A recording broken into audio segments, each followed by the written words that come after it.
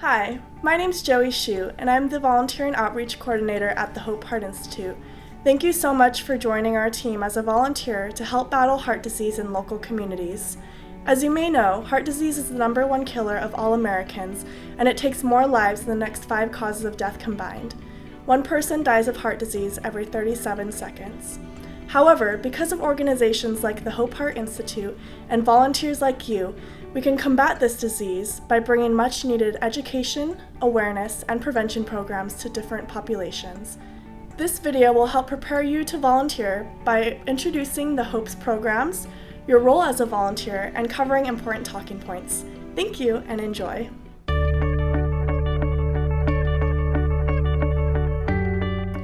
The clinical research team here at the TakeHeart Institute takes research to the bedside of patient volunteers that are eager to improve their quality of life and the lives of future generations. Together with our affiliated physician investigators, sponsors, academic research centers, and our patient volunteers, we're shaping the future of medicine. With these partnerships, the HOPE is able to participate in meaningful research of devices and drugs that may reduce the risk of cardiovascular disease and events and improve patient outcomes. Kids Take Heart is a program for elementary students. It teaches them how their insides work and function together and how disease enters, and then coaches them through some fitness principles and some nutrition guidelines and even some stress management, and has them goal setting in the end, all to increase their participation in healthy behaviors. Kids Take Heart is important because it reaches kids in a timely manner. It reaches them when they're vulnerable, when they're starting to be vocal with their parents about what they would like and not like. It really empowers them to coach their parents at the grocery store in a positive way, in an encouraging way, and to really help them advocate just within the walls of their own home for healthy choices and long life so that they can do everything they'd like to do. Youth Take Heart is a 4 to 6 week science curriculum for usually 7th graders, but we teach it all middle school classrooms. And it starts out with like an anatomy unit, and then the kids learn all about the heart, they dissect a sheep heart, and then the next kind of section of lessons is all about cardiovascular disease and how do we get it, lifestyle choices, genetics, those kind of things. And then the last section is all on, we have heart disease, now how do we cure it? So bioengineering lessons, making an artificial blood vessel, and it's a kit-based curriculum. The teachers are trained and then they teach it in their classrooms. Program's important because I think kids don't really realize that they're making choices right now that are leading them down a path of either a healthy lifestyle or an unhealthy lifestyle. So if we can kind of curb that unhealthiness in elementary and middle school, then they can really have a leg up, I guess, on a healthy life. Teen Take Heart is a kit-based instructional curriculum. It's a supplemental curriculum designed to target at-risk communities in our state with the emphasis on health promotion and disease prevention. So it follows a nursing model basically at getting kids interested in their health, in activity, nutrition, to influence their cardiovascular health in the future. Primordial prevention targets those who don't even have risk factors yet, which typically can be our children, the youth.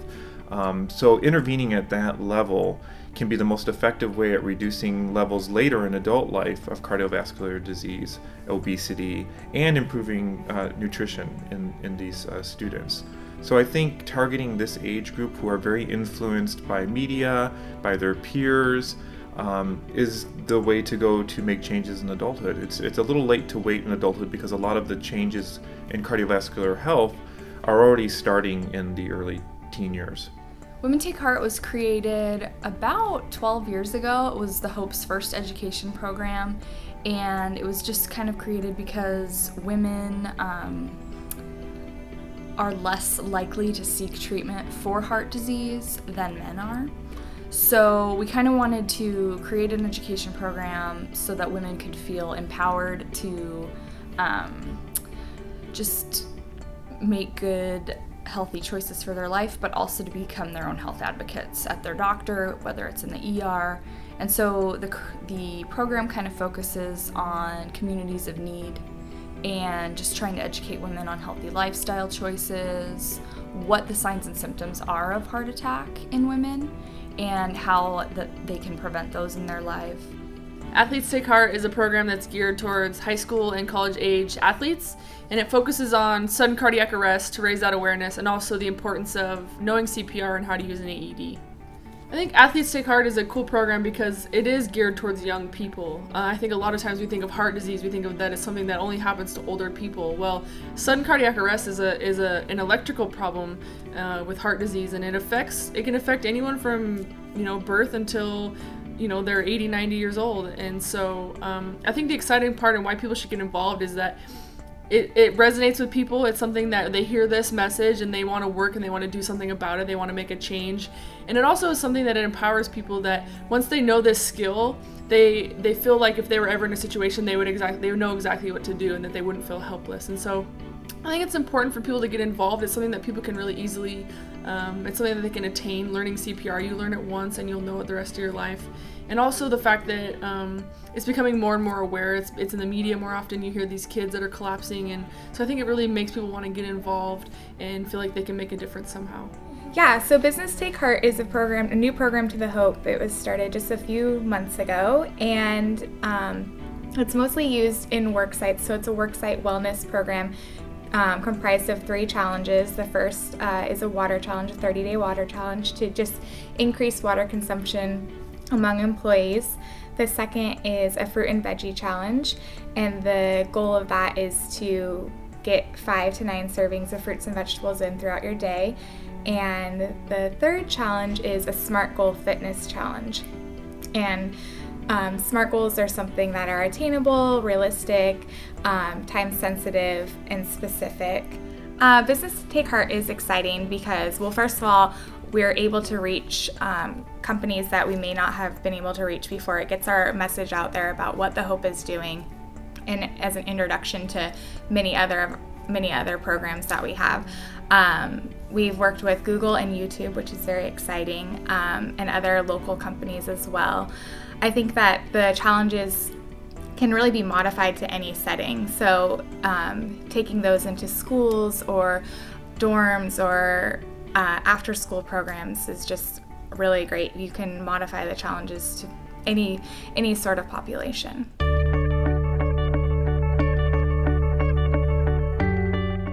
Volunteers have a variety of roles at the Hope Heart Institute, from leading outreach events at community centers to rallying behind heart health among their peers. Volunteers have a lot of options to do many different things with different populations. One of the exciting elements of our volunteer program are our volunteer outreach committees. These committees are specifically comprised of college students who are passionate about heart health and want to bring these resources and tools to college students as well as their surrounding community. Students working in committees have great experiences to further their public health education, leadership skills, public speaking, creativity, and problem-solving skills. This is a really fun experience in that they can meet new people and share the same interests and be able to teach the community about something that's really preventable in the world. My favorite memory is just being able to see the kids, spin the spinning wheel and just answer the questions, and a lot of the times they're really interested in what the answer was. Like, for example, how big is your heart? And they can see, just compared to, like an adult's heart and their heart, putting up their fist, just how much smaller their heart really is. My favorite memory is by far being able to be Captain Cardio, the Hope's giant heart mascot. And that's just so fun because everyone loves you and they smile at you, even if it's a little kid that thinks you're the new best friend. Or my other favorites are teenagers that are too cool and that are texting or something and they're trying to avoid you, but you can tell that they're smiling and watching you. And that's been really cool. Another favorite memory, I remember for the first time a kid was able to find his pulse and his eyes just lit up and I don't know if he knew whether to be excited or a little bit freaked out that something was going on inside of him. But those are some favorite memories. And also being able to be a part of the university community and being able to serve where I go to school has been really cool and meaningful to me.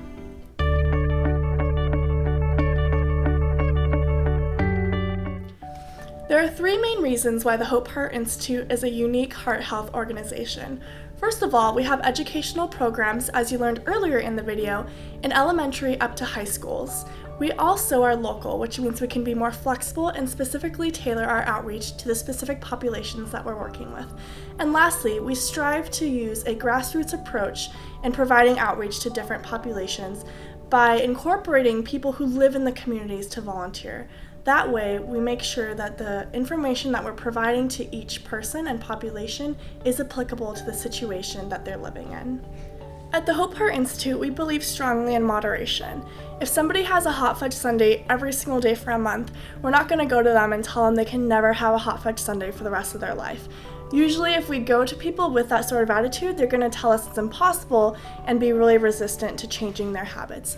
What we do at the Hope Heart Institute is approach people and look at the reality of their situation. So, if they have a hot fudge sundae every day, we might tell them to try to step back and have it once a week, or perhaps even take off the sprinkles, maybe substitute something else instead of the hot fudge, and perhaps eventually add bananas, and ultimately maybe move to frozen yogurt if they really need that sweet treat to fulfill their dessert cravings. The important thing is we don't want to make anyone feel bad about their habits, but encourage them to make small, sustainable changes to live longer, healthier lives. The Hope receives funding in a variety of ways, one of which is through our Hope Health newsletter. This newsletter is the most widely read health publication in the world and is our employee wellness initiative. Employers can actually purchase this newsletter for all of their employees, and individuals also have the opportunity to subscribe to this publication. The Hope Health newsletter covers all of our overhead and administrative costs, which means that each time somebody does make a donation to the Hope, it goes directly to our research and education programs. Another way we receive funding is through our grants and research trials. Lastly, the Hope fundraises in a variety of events, one of which is our On Wings of Hope benefit, which takes place in February and includes an auction and a rock concert. In the summer, we have our Hope Heart Classic Golf Tournament. And of course, volunteers are always encouraged to get involved with our fundraising opportunities.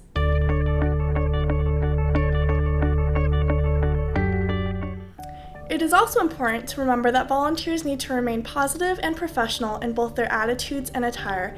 This means that whenever you're out at outreach events, you need to make sure that you're always representing the Hope in the best light possible.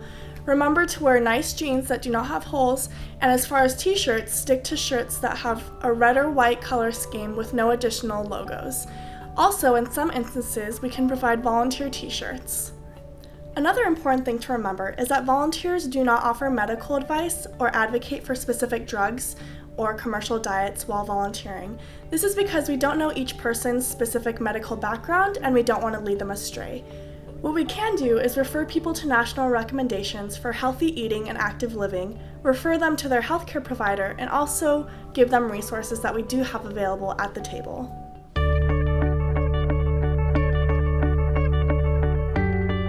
On behalf of the staff and board of directors of the Hope, I want to thank you for spending your time volunteering with us and spreading the word of heart health through our education and outreach programs across the state and beyond.